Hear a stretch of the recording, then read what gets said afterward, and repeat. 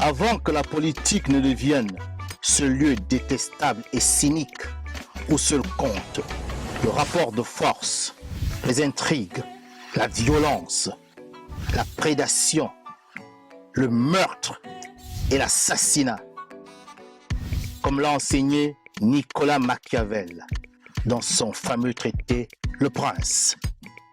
La politique était jadis portée par de nobles idées issues de la spiritualité osirienne, du fils de Ré, Osare, plus connu sous son nom grec, Osiris. Cette primordiale spiritualité, issue du matriarcat kamique de l'Égypte antique, avait pour fondement les 42 idéaux de la Maat. Sous son égide, la politique était faite pour l'homme, tournée au service exclusif du bonheur de l'humanité, quand Narimari, que l'on appelle aussi Narmer ou Ménès, fut le premier monarque de la terre, le premier homme à gouverner Kama, ou l'Égypte réunifiée au 4e millénaire avant l'ère chrétienne. Nous, la jeunesse africaine décomplexée, compétente, consciente et agissante, avons décidé de faire de la politique en nous inspirant de nos brillants ancêtres africains.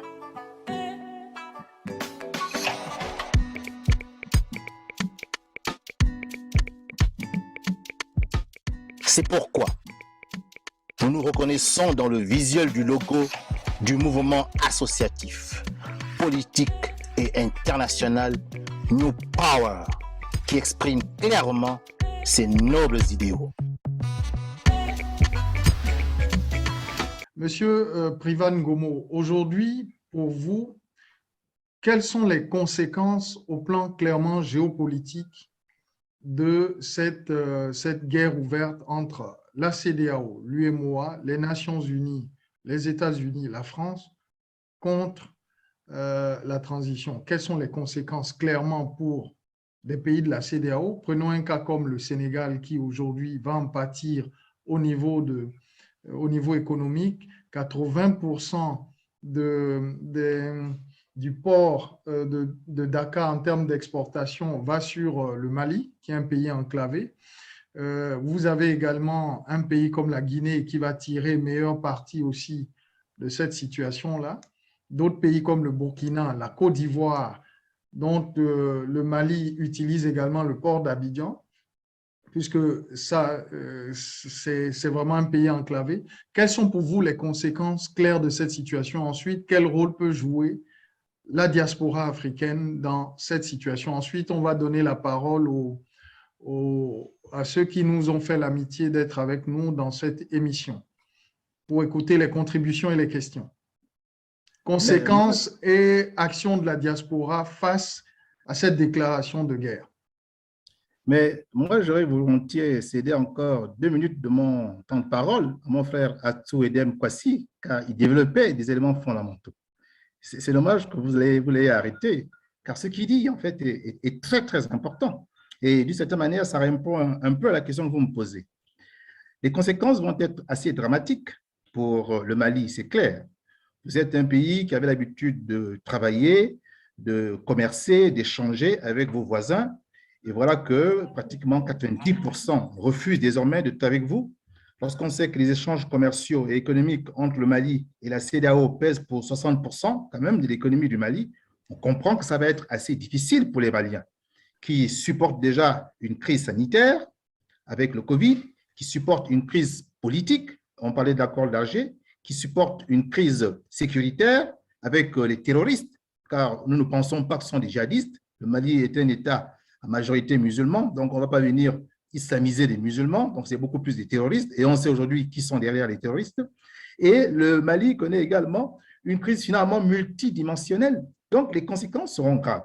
Mais ce peuple est un peuple fier, est un peuple courageux, qui s'est préparé à l'adversité et qui accepte la confrontation, parce qu'il sait qu'il peut compter sur la solidarité d'abord du peuple malien, c'est très important, et il y a une mobilisation qui va se faire autour du peuple malien. J'ai écouté avec beaucoup de plaisir le mot d'ordre lancé par Kémy Séba, qui demandait que le 22 janvier, les Africains se manifestent, et je pense que c'est une très bonne chose. Il faut montrer à la CEDEAO, il faut montrer à ceux qui donnent instruction à la CEDEAO de faire des sanctions au Mali. Je pense donc à l'empire américo-européen. Il faut leur montrer que l'Afrique n'entend plus se laisser diriger par des entités étrangères qui utilisent des intermédiaires. Nous ne sommes plus dupes, nous voyons très clair dans leur jeu. Il faut donc nous mobiliser pour dire non, nous allons soutenir le Mali. Et enfin, la diaspora peut jouer un rôle important.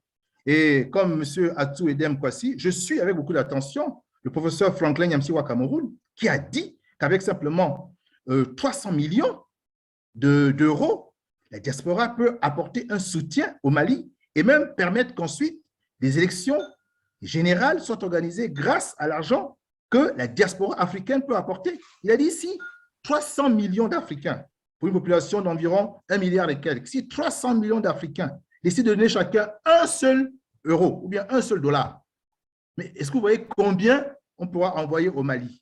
Donc la question financière ne se pose pas s'il y a une véritable mobilisation. Cette mobilisation ne peut se faire que lorsque une conscientisation désormais est présente dans les esprits.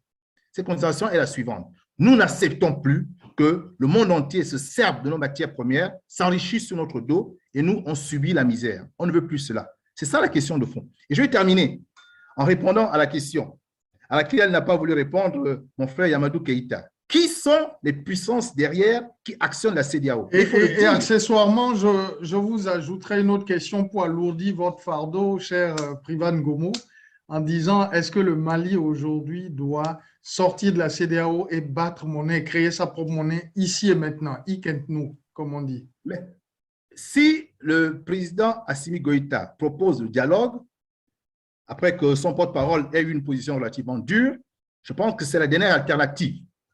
Parce qu'on ne dialogue pas avec des gens qui veulent vous assassiner. Car cet embargo, c'est une déclaration de guerre. La guerre, c'est tuer son adversaire.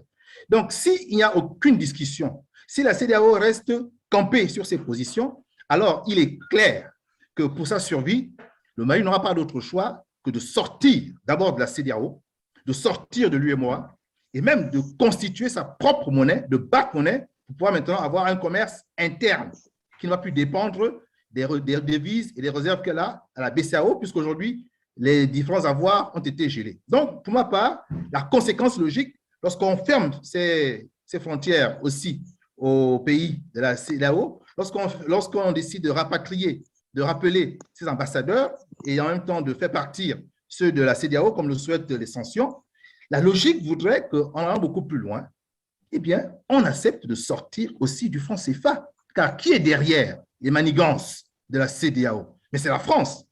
La France a tenté plusieurs médiations. D'abord, elle a commencé par les intimidations. Après, elle a condamné. Et quand elle a vu que le taiseux, Assimi Goïta, continuait à avancer inexorablement avec son objectif, c'est-à-dire traiter avec d'autres partenaires, notamment… Et il faut rappeler dans le registre franco-malien aussi, donc de cette confrontation franco-malienne, c'est qu'il y a 3 semaines, les autorités françaises, donc par la voix de l'Élysée, avaient voulu vraiment se rendre à Bamako. OK, donc le président Macron voulait se rendre à Bamako pour célébrer la Noël en compagnie des soldats français dans les bases militaires, notamment de Gao.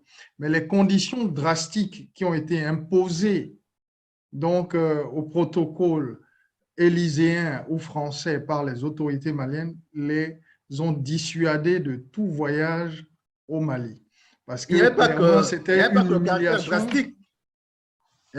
Monsieur Dossou, il n'y a pas que le caractère drastique. Macron souhaitait, corrompre l'opposition malienne avec 23 millions d'euros sur la table pour que cette dernière soutienne un mini-sommet de la CEDEAO qui allait se tenir à Bamako en présence du président Assimi Goïta. Et là, dans une conférence de presse à deux, il aurait été question que les présidents de la CEDEAO qui auraient été invités soutiennent l'idée que la transition prenne fin en février. Car dernière chose, oui, ça on l'a bien compris. Une dernière chose, qui sont les pays qui sont les terminer pays, sur ce point.